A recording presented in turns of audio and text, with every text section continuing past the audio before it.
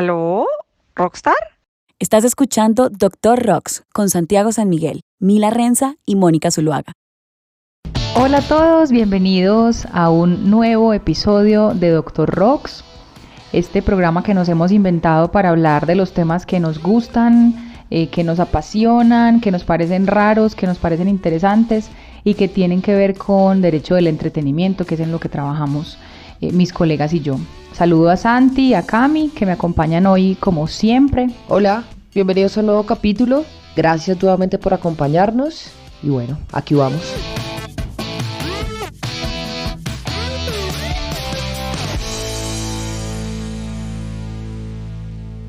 Y bueno, la idea es que hoy conversemos de uno de los temas por el que más nos preguntan y que pareciera aburrido, pero vamos a intentar que no lo sea tanto.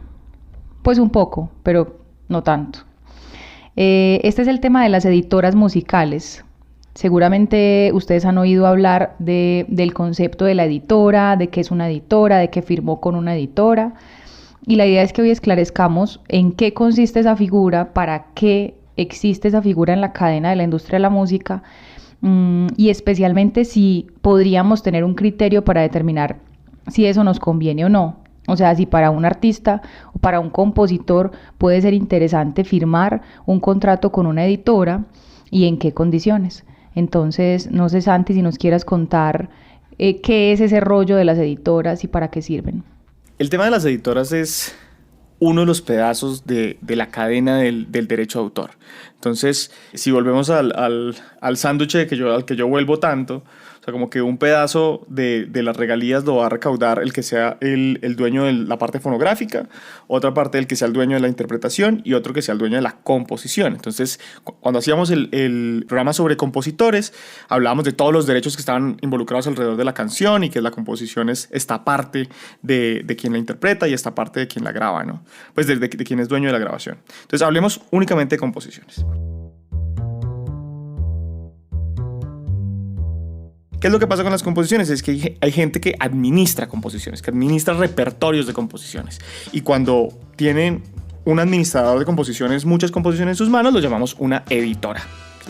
Y el nombre de editora viene es porque al principio gestionaban eran los derechos para publicar las partituras. Entonces, como por eso está como muy vinculado dentro del lenguaje de la publicación de libros.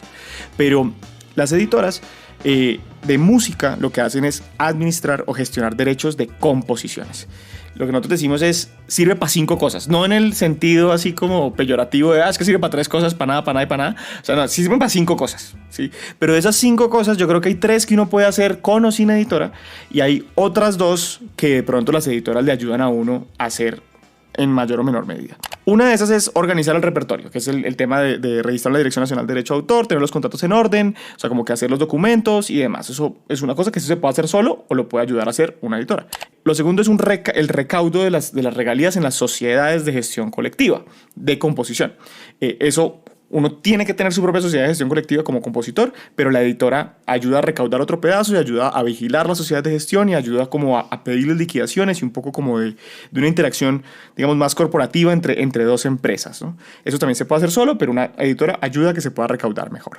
Una tercera es la gestión comercial del repertorio, es decir, cómo yo puedo ofrecer ese repertorio para que se utilice en comerciales de televisión, o se utilice en películas, en series, se sincronice. Digamos que esa gestión comercial, lo mismo, se puede hacer solo, pero una editora también puede ayudar mucho para que eso se dé. Esas 3 se pueden hacer por aparte. Pero hay otras 2 cosas que yo creo que son interesantes que algunas editoras hacen y que tienen más capacidad de hacerse y es un poco más difícil hacerlas de manera individual. Y es una cuarta, es la gestión de inéditos, y es decir, cómo una canción que nunca se ha grabado, cómo la editora puede ofrecérsela a alguien que esté buscando repertorio para poder utilizarla y poderla grabar por primera vez y que se comercialice. Y una quinta es el fomento, digamos, es como cómo generar oportunidades para que ese compositor componga con otras personas. Entonces, yo creo que esas 5 cosas podrían resolvernos el para qué sirve una editora, así como a muy grandes rasgos, y ahí podríamos empezar como nuestra conversación. Sigue a Santiago en Instagram como @sordo, ZOORDO. Perfecto, sí, eso es una claridad importante porque esa es siempre la inquietud, como para qué realmente me sirve. Y en los últimos tiempos en los que el artista independiente ha podido hacer de manera directa tantas cosas, surge la inquietud de si necesito o no una editora. Y finalmente, por eso que dice Santi, pues sí resulta muy útil en muchos de los casos, pues es importante la gestión que puede hacer una entidad que es experta en esa administración más que uno como artista. Estos contratos con las editoras, alrededor de estos contratos surge típicamente una discusión sobre si debería haber una cesión o una licencia de derechos. También lo hemos mencionado acá. La cesión de derechos es cuando uno entrega la totalidad de la administración y la disposición de esos derechos, como cuando uno vende o uno dona una casa o un carro. Y la licencia, en cambio, es ese escenario en el que uno no transfiere, ni cede, ni entrega la disposición de los derechos, sino que permite la administración o el uso. En los contratos de editora tradicionales que conocemos que se firmaban en otros tiempos, era común que se firmara a través de cesión de derechos. Y esto para los músicos era como una ley y para las editoras también, pero realmente la ley colombiana en particular no nos exige que haya una cesión de derechos para que haya una administración de editora, y eso es una pelea que yo creo que muchos abogados estamos dando a la hora de revisar y de acompañar en procesos de contratos a artistas, porque no se necesita una cesión y hay una discusión ahí interesante. Pero yo creo que lo más importante en el tema de editoras, más allá de que uno defina que sea cesión o que sea licencia, es que realmente uno pueda garantizar que la editora haga lo que promete hacer y que uno pueda verificar que las gestiones y la administración de las obras sí se está haciendo y que eso a uno sí le está beneficiando como artista. Pero acá viene la reflexión interesante al respecto, y es, bueno, ¿a quién le conviene firmar con una editora? ¿Cuál es el criterio para determinar que a mí como autor me sirve o no me sirve una editora? Cami.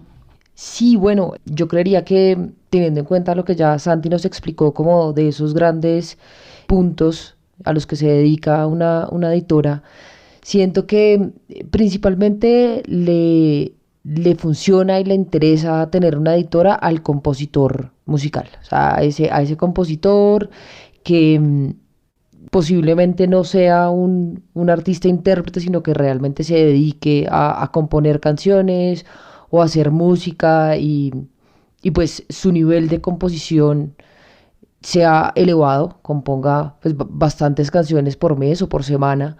Una persona con esas características y bajo esas calidades va a necesitar de ese apoyo de la editora, que va mucho más allá de simplemente acreditar las obras y digamos que hacer ese monitoreo de las obras, sino que la gestión comercial que también está incluida dentro de la gestión de la editora es clave para ese tipo de actor de la industria musical, de ese compositor de pronto que ni siquiera es intérprete.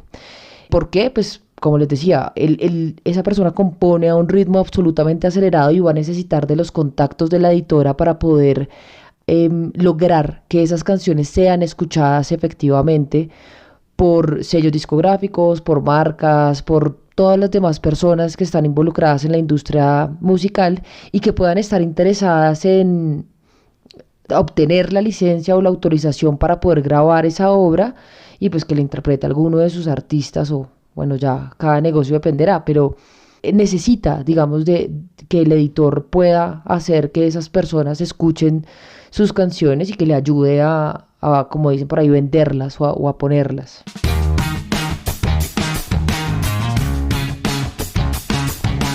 Hay otro, digamos que personaje que me parece que una editora sería clave, y son esos productores musicales que se dedican básicamente a componer música y que constantemente están buscando intérpretes que se puedan montar, como decimos en la industria, en la canción y poner su letra y poner pues como ese contenido de la lírica.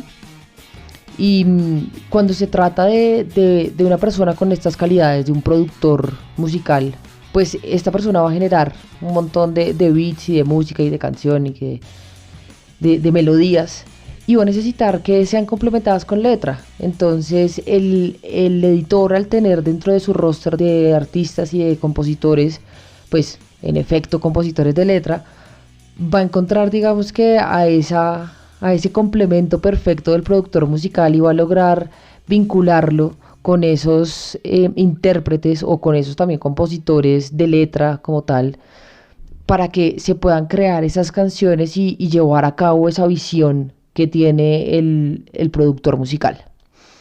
Hay otro tema, y es que por lo menos en Estados Unidos, la forma en la que está distribuida los porcentajes de las regalías de las obras musicales, siempre hay un pedazo que se reserva para el editor. A eso en Estados Unidos se le llama el publisher share, y pues si tú no tienes editor, lo estás dejando, digamos que estás dejando de obtener esas regalías. En Colombia esto no ocurre. En Colombia, si tú no tienes editor, tu compositor eres tu propio editor, por lo tanto te pagan, digamos que es de 100%, pero en otros territorios en donde existe ese porcentaje que le pertenece a la editora o publisher share, pues sí va a ser necesario que tengan una editora para poder reclamar ese otro porcentaje. Incluso se puede negociar sobre él con la editora, y ustedes pueden dividirse 50 para ustedes, 50 para la editora. Digamos que ahí pueden ocurrir un montón de cosas. Sigue a Mila en Instagram como @milarenza. Yo ahí diría algo, y es importante, digamos, decir que yo no creo que todo el mundo esté hecho por una editora. Sí, eso es lo que estábamos diciendo con Mila. De pronto hay otro tipo de entidades que le pueden ayudar a uno a recargar ese publisher share sin tener que estar vinculado necesariamente con una editora, digamos, con todos estos otros servicios que estábamos mencionando.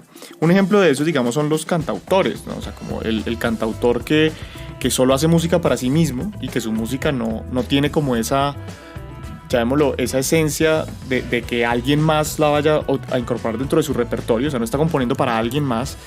Pues una editora, en tema de fomento y en tema de gestión de inéditos, pues no puede hacer mucho. ¿Sí? Entonces, diciendo, el que hace música únicamente para sí mismo, de pronto una editora no es la opción más adecuada.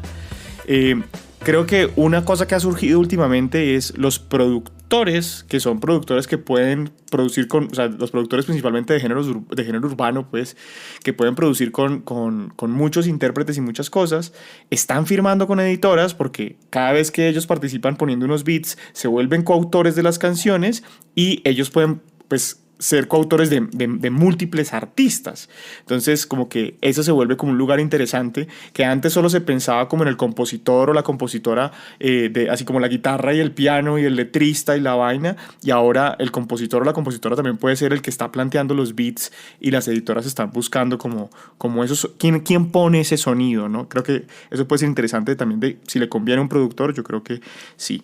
Una persona que tenga un repertorio que se está explotando internacionalmente, digamos, también yo creo que es una señal también de decir, de pronto me conviene una editora, porque el recaudo de sociedad de gestión colectiva ya no es solo local, sino debería tener como una posibilidad de auditar otras sociedades de gestión, de tener una relación un poco más seria, digamos, entre sociedades de gestión colectiva.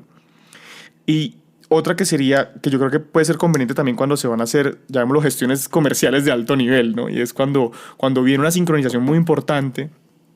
A veces hay ciertas programadoras que exigen que la negociación se haga con una editora, y no se haga directamente con el titular. Eso, digamos, dentro de las modalidades que estaba mencionando Moni, de si hay que ceder los derechos o hay que licenciar los derechos.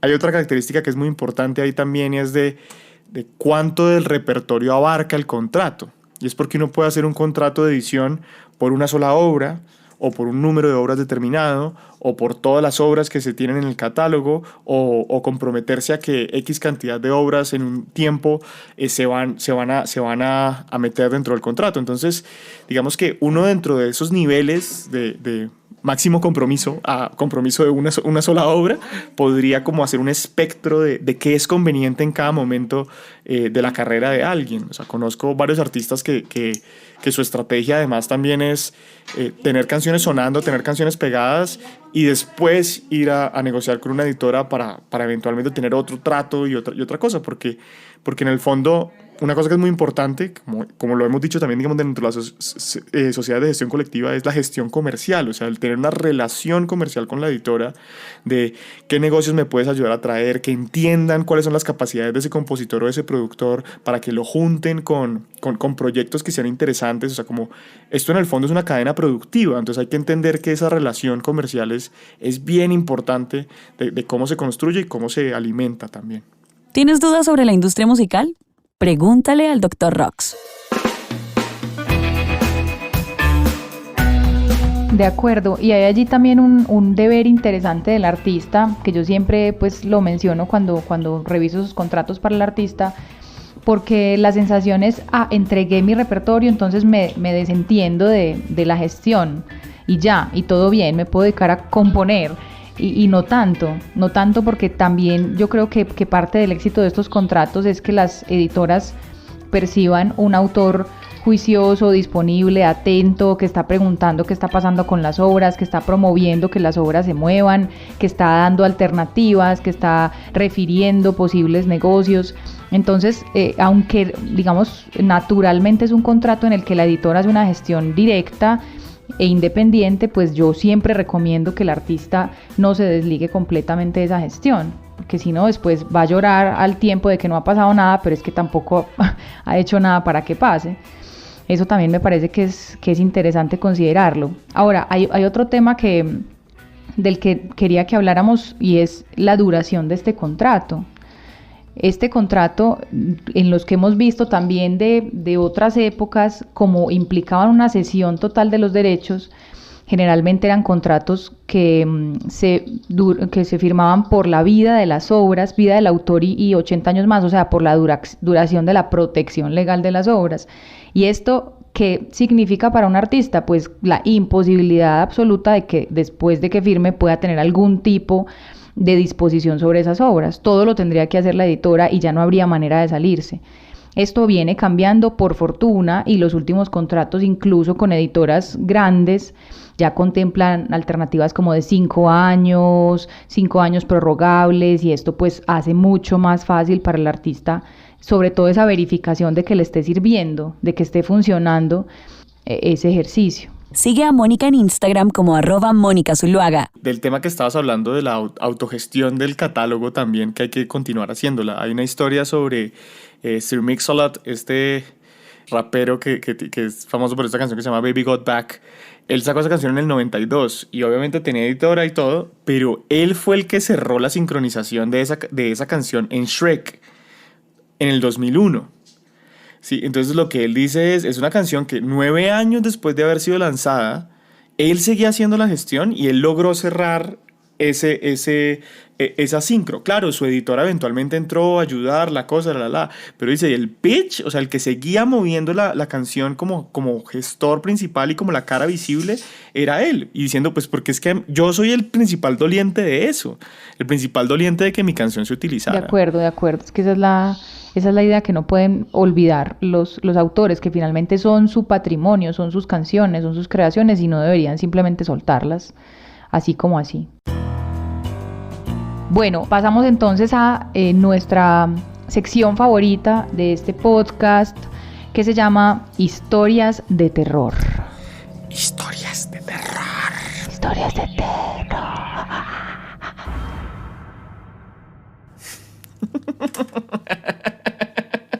Bueno, yo puedo empezar con una. Yo tengo una historia de terror de un artista, autor, compositor, que lanzó su primer álbum. Sí, tenía un álbum de 10 canciones, y cuando estaba haciendo pues una gira de medios y la cosa, digamos que estaba empezando a tener algo de tracción. Esto era más o menos 2010, 2011, cuando la industria musical colombiana todavía estaba ahí como sobreaguando. Y firmó con una editora, que en ese momento era una editora muy reconocida, en el que uno dice, la logré. O sea, esos negocios que la gente se emociona un montón cuando les llegan. Y firmó con esa editora una cesión total de los derechos de su álbum entero, por su vida y 80 años más. Él llegó a mi oficina como unos 8 años después, por ahí, a preguntarme si el contrato se podía acabar. Y lo que sucedió es que él, desde el día que se dio los derechos, pues Él dice que la editora nunca movió el material, nunca hubo una sola oferta, nunca hubo un solo interesado sobre el tema, eso no generó regalías tampoco que le fueran a dar, o sea, como que básicamente ese material quedó estancado y quedó dormido ahí. Él el siguiente disco que hizo creo que sí lo manejó por aparte y ahí logró unas cositas comerciales y él llamaba y chuzaba y decía de todo y en la editora nunca le pusieron atención básicamente porque no era comercialmente viable para ellos. Cuando 8 años después me pregunta si puede acabar el contrato o no, pues la respuesta es no. Esos contratos que son por toda la vida es muy difícil que los cancelen y hay una cosa es que claro, todos los contratos así lo diga o no lo diga se pueden acabar por mutuo acuerdo. Pero lograr el mutuo acuerdo, o sea, es como una cosa, sí, es como sui generis. Así es, no, es una cosa muy loca, es un azar muy absurdo, o sea, eso no pasa, ¿sí? Entonces, si bien están los contratos, lograrlo es muy difícil. Y diciéndole una empresa que dice, yo tengo un activo para los próximos 80 años, ¿yo a usted por qué se lo voy a entregar? Y uno después, porque a usted no le produce plata, devuélvamelo a ver si yo lo puedo mover. Difícil de tener esa conversación. Entonces, esa para mí constituye una historia de terror que puede tener muchos nombres, además. De acuerdo. La mía tiene cercanía con la tuya, digamos que es una historia más o menos parecida, pero en este caso yo quiero resaltar sobre todo que es un artista de gran trayectoria de los 80s, 90s, que claro, a razón como del boom que en ese momento tuvo, obtuvo mucho interés de varias editoras y de varias disqueras.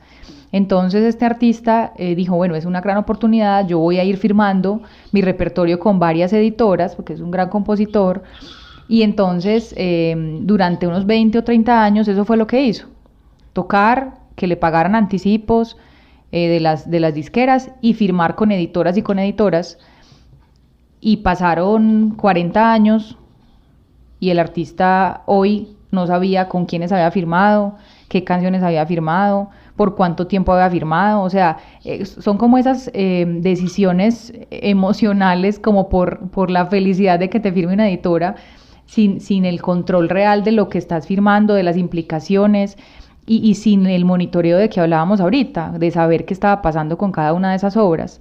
Ha sido un trabajo impresionante el verificar lo que ha pasado con cada canción y el acercarnos de nuevo a las editoras para decirles, venga, nos perdimos 40 años, pero pues nos perdimos 30 años, pero usted me debe una platica, porque nunca le han pagado nada, ¿cierto?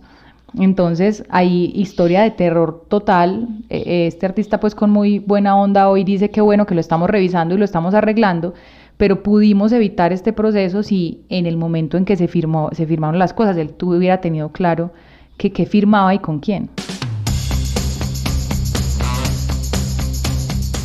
Ahí yo agregaría que hay que entender que también hay cierta especialidad en el manejo de repertorios, así como hay circuitos especializados en vivos, hay editoras o editores que están más interesados en cierto tipo de música, ¿sí? Porque pueden haber nichos específicos, no sé, o sea, como el gospel, o puede haber, no sé, músicas del mundo, o música tradicional, también pues el pop o el reggaetón, digamos que entender si la música de uno en manos de ese gestor va a funcionar más, va a tener más salida, ¿sí? O no, digamos que yo conocí el caso era una agencia de sincronización que digamos que hace un pedazo pequeño de una editora, pero su contrato era un contrato editorial en el fondo, pero que estaban especializados en mover música latina para películas independientes en Estados Unidos. Entonces como es un nicho súper claro y súper específico, pero diciendo, obvio, es que si yo les llego a ellos diciendo, no, es que esto suena muy, muy rock inglés, pero hecho desde Bogotá, le dicen, no, yo quería que sonara Colombia. Sí, entonces la música se puede mover mejor por ahí. Y lo otro que iba a decir es que esa duración de los contratos que mencionaba Moni, que en este momento cada vez es más, no digamos que más corta, porque igual 5 años, 10 años sigue siendo un montón de tiempo, a la larga sí es un ciclo posible, ¿no? Y al que uno se puede proyectar también, y que en ese tiempo puede pasar mucho. Lo que digo es que permite que eventualmente en un siguiente paso o en un siguiente ciclo de una carrera musical, pues uno pueda tener otra conversación, ¿sí? Diciendo como, o es una conversación para que ya no sigamos trabajando juntos y yo busco a ver si alguien más está interesado en el repertorio, o que sigamos trabajando juntos, entonces hágame una mejor oferta, sí, o cuénteme qué podemos cambiar, o sea, como que creo que ayuda a dar un alto en el camino dentro de una relación comercial que era muy difícil dentro del otro lado porque pues ya la editora no tenía nada que perder. Es como, tengo tus derechos por el resto de tu vida de 80 años más, pues básicamente yo tengo todo el poder de negociación sí o sí. De acuerdo, de acuerdo. Yo creo que eso es un avance interesantísimo y que demuestra también como que los artistas han asumido poco a poco otro rol más cercano a la gestión que antes definitivamente, y eso pues es muy valioso. Yo diría una cosa, y es que o sea, mucha gente, al menos en este país, hizo carrera la idea de que cada proyecto musical debía tener su propia editora. Eso como consecuencia que Syco pues, tuvo unos problemas de imagen en el 2011 y parte de la discusión en ese momento era que las editoras recibían más del recaudo. Entonces se dio como la falsa noción de que todo proyecto musical, si componía sus canciones, tenía que además tener una editora para poder recibir más dinero de la comunicación pública. Esto para decir que, pues, que la gestión editorial no es una cosa sencilla, ¿no? Es como cualquier otro negocio, una cosa súper especializada. Y que las editoras serias, considero que son las editoras serias, son las que pueden hacer una gestión comercial de las composiciones, que pueden conseguir negocios con esas composiciones, no solamente realizar el recaudo entre sociedades de gestión colectiva y revisar el recaudo de sociedades de gestión colectiva. Digamos que muchas veces se confunde una cosa con otra, pero creo que hay que entender, o al menos un capítulo como este es para decir que la gestión editorial es mucho más que eso, es mucho más que recaudar regalías y que requiere una especialización y que tiene unas condiciones comerciales particulares que, pues, que los que las vayan explorando pues tiene sentido y que por ahí es donde se genera valor.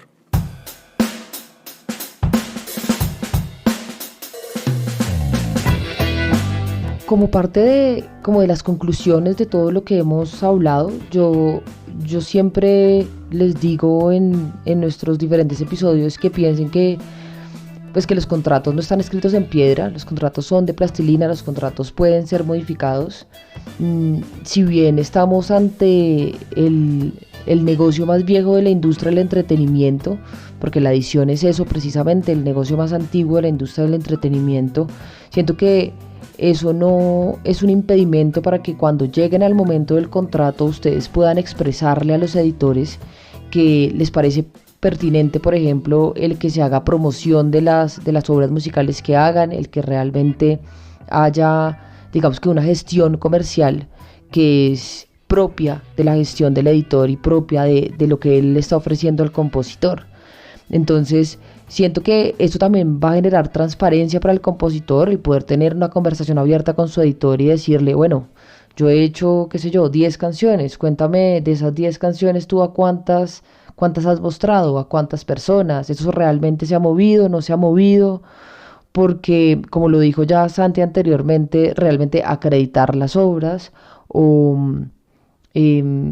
digamos que monitorear un poco el movimiento se puede hacer a través de otros agentes de la industria, pero son los editores los que pueden realmente conectar y llegar a esos otros personajes que existen en la industria musical, como los sellos discográficos, como marcas, como, no sé, muchas otras agentes y personas que están interesadas en conocer obras y obtenerlas antes de que hayan sido publicadas para que ellos puedan entregárselas a sus intérpretes y que se generen los hits que conocemos hoy en día. Sí, de acuerdo. Y en últimas, como la reflexión sobre lo que decíamos ahora, a la pregunta, ¿debo o no firmar con una editora? Pues no hay una respuesta objetiva, no la van a encontrar ni en el podcast ni en ninguna otra parte, porque obedece necesariamente al análisis que ustedes hagan de su carrera, de su estado, de su proyección, de sus intereses,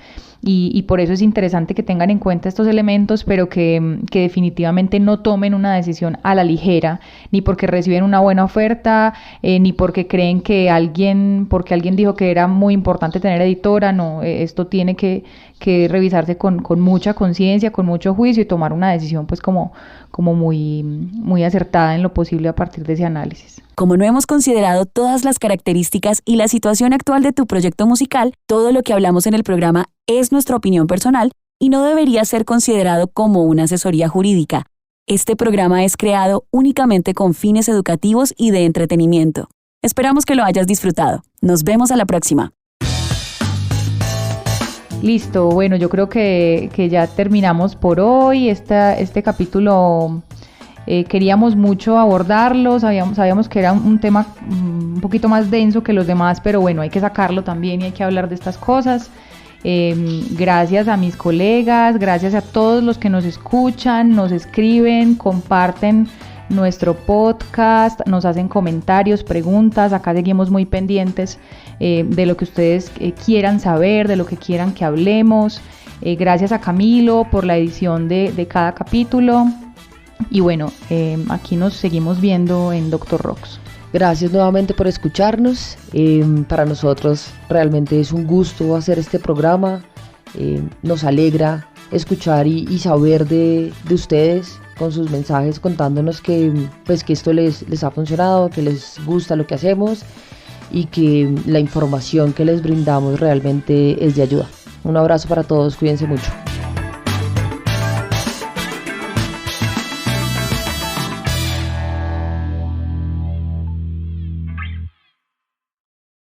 Este programa se realiza en colaboración entre Derecho Rocks en Bogotá y Hemisferio Derecho en Medellín.